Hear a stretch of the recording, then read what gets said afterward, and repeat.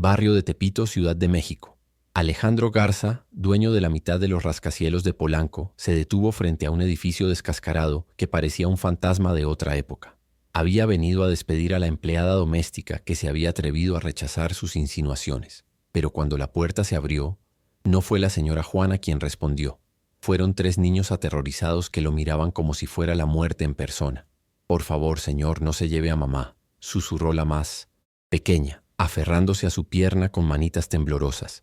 Detrás de ellos, en el piso de 2 habitaciones que olía a humedad y desesperanza, Alejandro vio algo que lo paralizó. Juana, la mujer que limpiaba sus pisos de mármol de 100,000 pesos el metro cuadrado, dormía en un colchón en el suelo, agotada, aún con el uniforme de limpieza, rodeada de facturas impagas y medicinas que no podía costear. Y en la pared, una foto de ella con un hombre en uniforme de la Marina, su marido, muerto en un operativo en Veracruz. La viuda que él había intentado seducir con arrogancia de rico. Los niños que estaban a punto de perder lo único que les quedaba, su madre. La Ciudad de México brillaba bajo el sol de la tarde como una promesa incumplida. Desde los ventanales de su penthouse en Lomas de Chapultepec, Alejandro Garza contemplaba la ciudad que le pertenecía, o al menos la parte que importaba.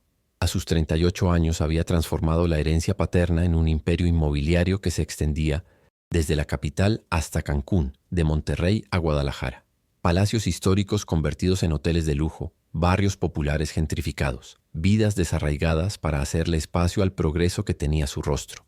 Era un hombre que medía el éxito en metros cuadrados y el valor de las personas en cuanto podían servirle. Su matrimonio con Valeria había sido una fusión empresarial disfrazada de romanticismo. Ella aportaba el apellido y los contactos. Él, el capital y la ambición. El divorcio. 3 años después había sido igualmente calculado. Ella se quedó con la casa de campo en Cuernavaca. Él con todo lo demás. Juana Sánchez había entrado en su vida 8 meses antes, contratada a través de una agencia para limpiar el penthouse 3 veces por semana. 35 años. Pelo negro recogido en un moño estricto. Ojos oscuros que nunca se bajaban ante él como lo hacían los otros empleados. Había algo en ella que lo irritaba y lo fascinaba a partes iguales. Quizás la forma en que limpiaba sus pisos de 5 millones de pesos con el mismo cuidado que pondría en el piso de una iglesia. O quizás el hecho de que no parecía mínimamente impresionada por su riqueza. La atracción había crecido lentamente, transformándose en obsesión. Alejandro no estaba acostumbrado a desear lo que no podía tener inmediatamente. Había comenzado con pequeños gestos, regalos caros dejados casualmente por ahí, cumplidos cada vez más explícitos, invitaciones a cenar disfrazadas de horas extras. Juana había rechazado, todo con una cortesía firme que lo volvía loco. La noche anterior, él había cruzado el límite. La había encontrado arrodillada limpiando el baño de mármol de Carrara, y algo al verla en esa posición había despertado al animal en él. Le había puesto una mano en el hombro, la había hecho levantarse, la había empujado contra la pared. Las palabras que había susurrado habían sido explícitas, vulgares, el tipo de propuesta que ninguna empleada doméstica en su posición debería rechazar. Pero Juana las había rechazado. Peor aún, lo había mirado con un disgusto que nadie se atrevía a mostrarle desde hacía años, y le había dicho que prefería morirse de hambre antes que convertirse en su. Luego se había ido dejándolo allí con su excitación transformada en rabia. Nadie rechazaba a Alejandro Garza. Nadie. Había pasado la noche bebiendo tequila añejo de 20,000 pesos la botella y planeando su venganza. No solo la despediría, la destruiría. Se aseguraría de que nadie en la Ciudad de México la contratara jamás. La reduciría a mendigar. Y entonces, cuando estuviera lo suficientemente desesperada, volvería a hacer su oferta. Y ella aceptaría, porque el hambre convierte a todos en. La dirección en el archivo de personal lo llevó a Tepito, un barrio que Alejandro conocía solo como zona a reurbanizar en sus planes de expansión. Bloques de viviendas de los años 70 que parecían cicatrices en el tejido urbano, grafitis que cubrían muros desconchados, el olor a pobreza que se pegaba a la ropa. Estacionó su Porsche, un error si lo hubiera sabido, y subió las escaleras que apestaban a orina y sueños muertos. Piso 12, tercera planta. La puerta era de un azul desvaído que alguna vez debió ser alegre. Tocó con la fuerza de quien está acostumbrado a ver las puertas abrirse a su orden. Pero no fue Juana quien abrió. 3 niños lo miraban con ojos demasiado grandes para sus caras delgadas. La mayor, tal vez 12 años, sostenía protectoramente los hombros de los más pequeños. Un niño menotesio, 8 y una niña de 5. Llevaban ropa limpia pero remendada, y había algo en su mirada que Alejandro reconoció, pero no pudo identificar de inmediato. Lo habían mirado así los niños en los pueblos que había hecho evacuar para construir resorts de lujo. Era miedo, puro, destilado, de quien sabe que el mundo de los adultos puede destruir todo en un instante. La niña más pequeña fue la primera en hablar. Su voz, un susurro que penetró la armadura de indiferencia que Alejandro había construido en 1600 años de negocios despiadados. Sus manitas se aferraron a su pierna como si pudieran detenerlo, como si la desesperación de una niña pudiera detener una avalancha. El piso detrás de ellos contaba una historia que Alejandro no quería leer. 2 habitaciones en total, muebles que parecían recuperados de la basura, moho en las esquinas que ninguna cantidad de limpieza podía eliminar. Y allí, en el suelo del salón, que también servía de dormitorio, Juana dormía en un colchón fino, aún con el uniforme de limpieza puesto, el rostro marcado por un cansancio que iba más allá de lo físico. A su alrededor, como centinelas de papel, las facturas impagas formaban un círculo de condena. Electricidad, gas, renta atrasada y medicinas. Viales y pastillas que Alejandro reconoció porque su madre había tomado las mismas durante su quimioterapia. Fármacos caros, el tipo que el seguro social cubre solo en parte. Pero fue la foto en la pared lo que lo golpeó como un puñetazo en el estómago. Juana en vestido, blanco, radiante, junto a un hombre en uniforme de la Marina. La misma foto más pequeña estaba clavada sobre las camas improvisadas de los niños. El padre que nunca volvería. El niño de 8 años finalmente encontró el valor para hablar. La voz temblando pero determinada. Contó cómo mamá trabajaba en 3 empleos, cómo no dormía nunca más de 4 horas, cómo a veces fingía no tener hambre para dejar más comida para ellos. Contó sobre papá, muerto en un operativo de paz, sobre la pensión que no alcanzaba, sobre la abuela enferma en el hospital que absorbía cada centavo extra. Alejandro permaneció paralizado en el umbral, el discurso de despido que había preparado muriendo en su garganta. Miró a Juana dormir y por primera vez la vio de verdad. No a la empleada doméstica que había deseado poseer, sino a una mujer que luchaba una guerra que él nunca había tenido que luchar, con armas que él nunca había tenido que empuñar. La desesperación transformada en dignidad, la pobreza enfrentada con honor. Juana se despertó con la sensación de que algo no iba bien. Los niños estaban demasiado silenciosos, y en su vida de madre soltera, el silencio siempre significaba problemas. Cuando vio a Alejandro Garza de pie en su sala, rodeado de sus hijos aterrorizados, la sangre se le heló en las venas. Se levantó con una dignidad que no sabía que aún poseía, alisándose el uniforme arrugado, preparándose para la tormenta. Sabía por qué estaba allí, sabía lo que significaba para su familia, pero no se disculparía por haber defendido su honor.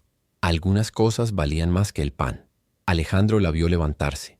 Vio la forma en que se posicionaba entre él y los niños como una leona lista para morir por sus cachorros, y algo se rompió dentro de él. No el corazón.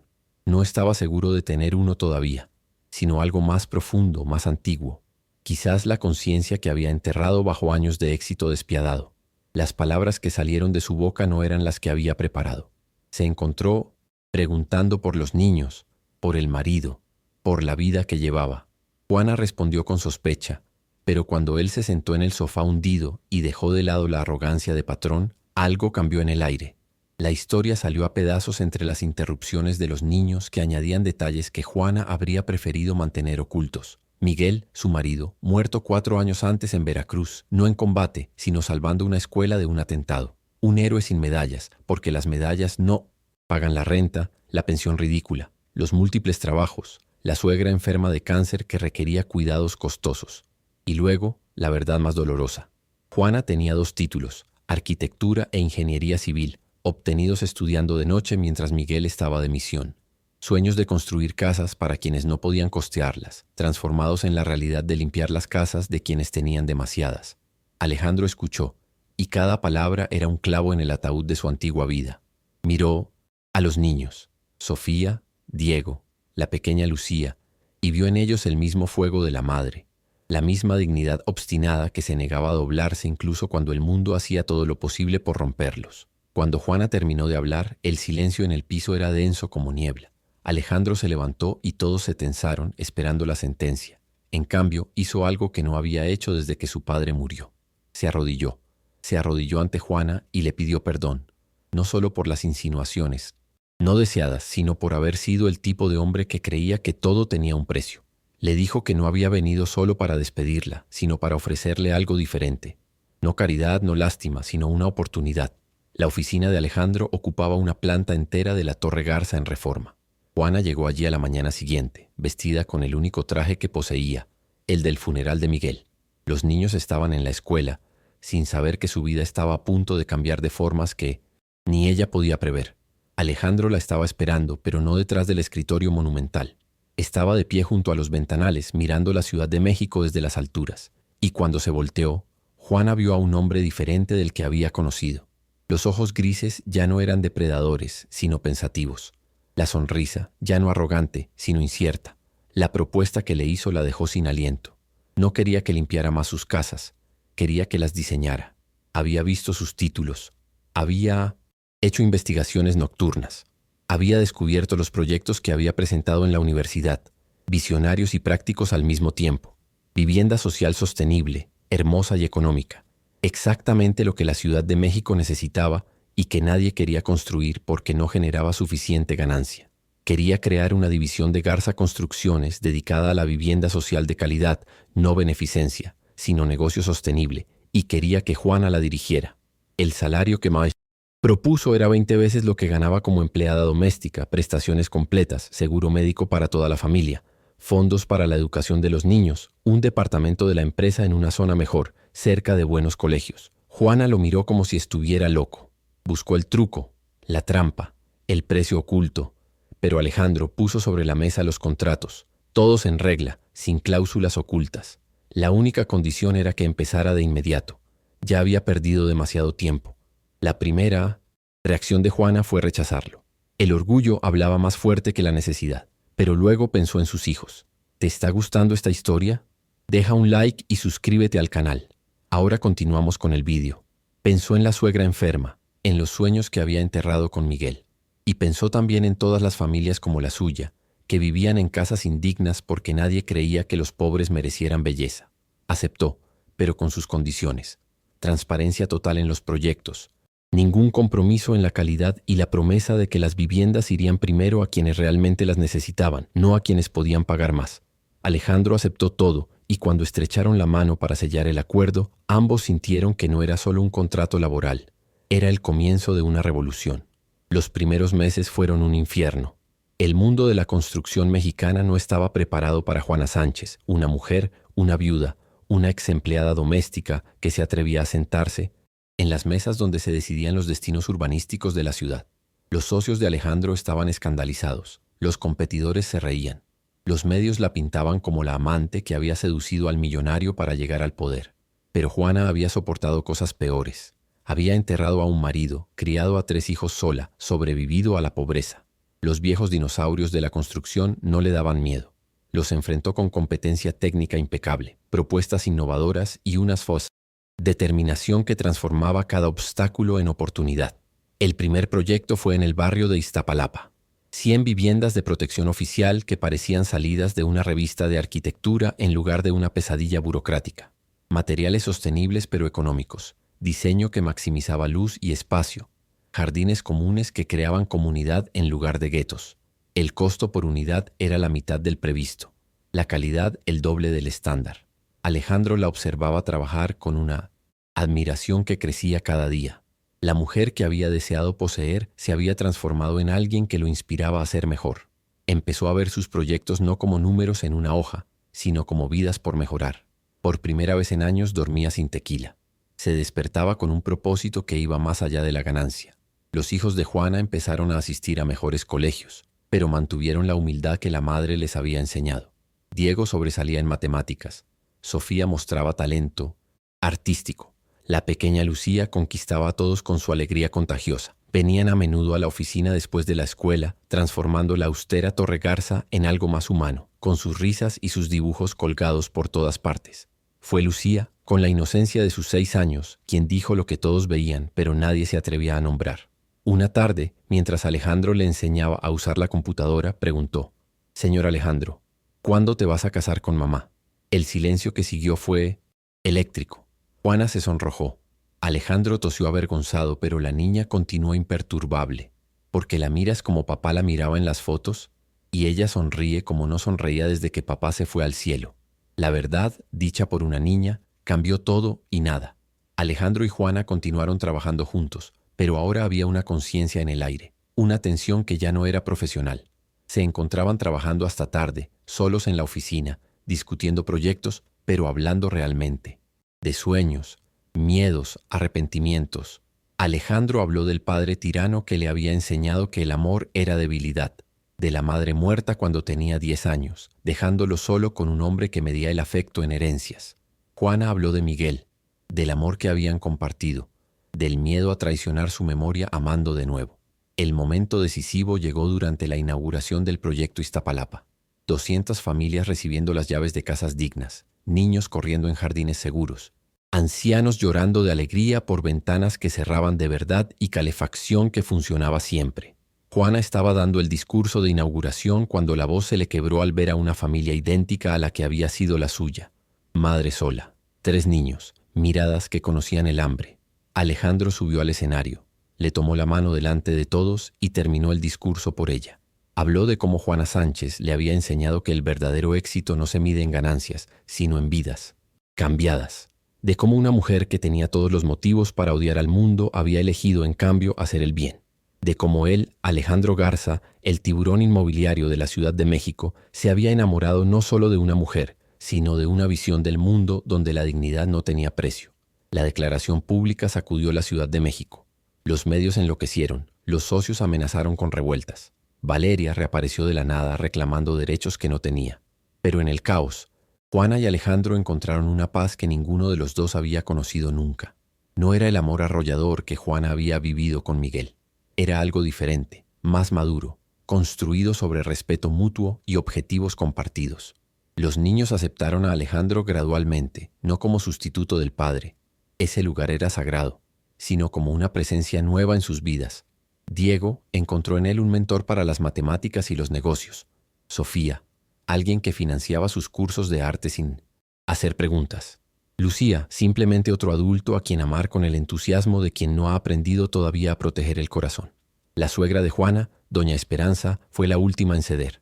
Cuando Alejandro pagó sin decir nada los tratamientos experimentales que le dieron otros 2 años de vida, cuando lo vio sostener la mano de Juana durante las noches en el hospital, cuando lo escuchó prometer a Miguel ante su tumba que protegería a la familia, entonces y solo entonces le dio su bendición.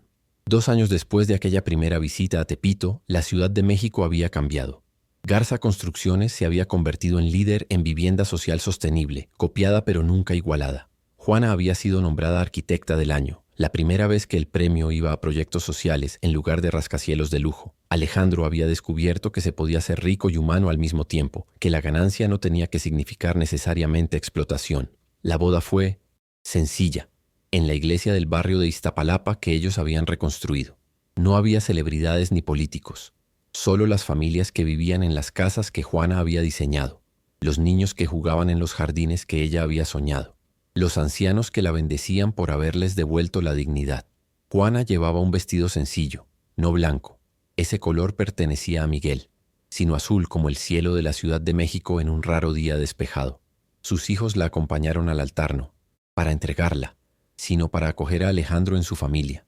Lucía llevaba los anillos. Diego leyó una carta que había escrito a su padre en el cielo, explicándole por qué estaba bien que mamá amara de nuevo. Sofía cantó una canción que había compuesto sobre la familia que se elige en lugar de aquella con la que se nace. Valeria apareció en la recepción, no invitada, pero no rechazada. Se acercó a Juana con la arrogancia de quien está acostumbrada a ganar siempre, pero lo que dijo sorprendió a Sinspoi, todos. Has hecho de él el hombre que yo nunca pude ver, quizás porque mirabas más allá de la cuenta bancaria. Trátalo bien. Debajo de toda esa dureza es frágil como el cristal. La verdadera sorpresa vino de Tepito. Los vecinos de Juana, aquellos que la habían visto luchar cada día, habían organizado una colecta. No dinero, sabían que ya no lo necesitaba, sino algo más valioso. Habían recopilado historias, memorias de todos aquellos a quienes Juana había ayudado cuando no tenía nada que dar, excepto amabilidad. La señora Rosita, a quien había llevado la compra cuando se rompió la cadera. El pequeño Omar, a quien había dado clases particulares gratis. La familia gitana, a quien había dado la ropa de sus hijos cuando les quedaba pequeña. Historias de una riqueza que Alejandro nunca había sabido que existiera. Epílogo. 5 años después, la oficina de Juana en la Torre Garza era irreconocible. Donde antes había mármoles fríos, ahora había dibujos de los niños del barrio, maquetas de IS, proyectos futuros, fotos de familias en sus nuevas casas. El escritorio monumental había sido sustituido por una mesa de trabajo, siempre cubierta de planos, lápices y tazas de café frío. Alejandro entró con su hija de 2 años en brazos, Esperanza, como la abuela que no había podido conocer, pero cuyas historias vivían en la familia. La niña tenía los ojos grises del padre y la determinación de la madre, una combinación que prometía problemas futuros. Los chicos habían crecido. Diego, ahora de Montesenta, 17, becario en la empresa, pero con ideas propias sobre cómo combinar ganancia y propósito. Sofía, de 15, pintaba murales en los proyectos de vivienda social, transformando muros grises en explosiones de color y esperanza. Lucía, de 10, había heredado la capacidad de la madre de ver más allá de las apariencias y la de Alejandro de conseguir lo que quería, una combinación peligrosa en una preadolescente. Juana estaba presentando el nuevo proyecto al consejo, un barrio entero e sostenible en Oaxaca, donde la pobreza era todavía más cruda que en la Ciudad de México. Los números decían que era factible, rentable incluso, pero sobre todo necesario. Mientras hablaba, Alejandro la miraba y veía no a la empleada doméstica que había intentado seducir, no a la arquitecta que había revolucionado la vivienda social, sino a la mujer que le había enseñado que la verdadera riqueza no se cuenta en pesos, sino en vidas tocadas, en dignidad restituida, en esperanza plantada como semillas en terrenos que todos daban por estériles. Esa noche, volviendo a casa, no al penthouse estéril de Lomas, sino a una casa real en Iztapalapa, en el barrio que habían reconstruido juntos, pasaron frente al viejo edificio de Tepito. Había sido rehabilitado como parte del programa de renovación que Juana dirigía, pero el piso 12 se había conservado como estaba, transformado en un pequeño museo de la resiliencia. Una placa en la puerta decía: aquí vivió Juana Sánchez, que transformó la desesperación en determinación y le enseñó a la Ciudad de México que cada familia merece un hogar, no solo un techo. Pero para Alejandro, la verdadera lección era otra. Esa puerta azul desvaída le había enseñado que a veces hay que descender al infierno para entender qué es realmente el paraíso, que la riqueza sin propósito es pobreza dorada y que el amor, el verdadero, no se compra ni se toma, se gana día a día, ladrillo a ladrillo, como las casas que Juana construía para quienes nunca habían osado soñar con poseer una. La pequeña Esperanza señaló la puerta y dijo su primera frase completa: casa de mamá. Y en cierto sentido, tenía razón. Esa no era solo la casa donde Juana había vivido, era la casa donde Alejandro había aprendido a vivir de verdad. El círculo se había cerrado. El millonario que había ido a casa de la empleada doméstica para destruirla había encontrado en cambio su salvación, y la empleada doméstica que había temido perderlo todo había ganado no solo seguridad económica, sino la posibilidad de cambiar el mundo, un barrio a la vez. La Ciudad de México brillaba en el atardecer, inconsciente de que su transformación había comenzado en un piso de 2 habitaciones en Tepito, donde una mujer había elegido la dignidad sobre la supervivencia y un hombre había elegido la humanidad sobre la ganancia. A veces las revoluciones comienzan así, no con proclamas o violencia, sino con el simple acto de ver realmente a otro ser humano y decidir que merece más, mucho más. Si esta historia te ha tocado el corazón, deja un like para apoyar historias de redención y transformación. Comenta con el momento que más te emocionó. Comparte con quien necesita creer en las segundas oportunidades. Suscríbete para más historias que demuestran cómo el amor puede nacer donde menos te lo esperas. Recuerda, a veces quien tiene menos que dar es quien da más. A veces la verdadera riqueza se encuentra en los lugares más pobres. Y a veces un momento de verdadera visión puede cambiar no solo 2 vidas, sino el destino de una ciudad entera. ¿Has visto alguna vez más allá de las apariencias y descubierto algo extraordinario? Cuéntanoslo en los comentarios.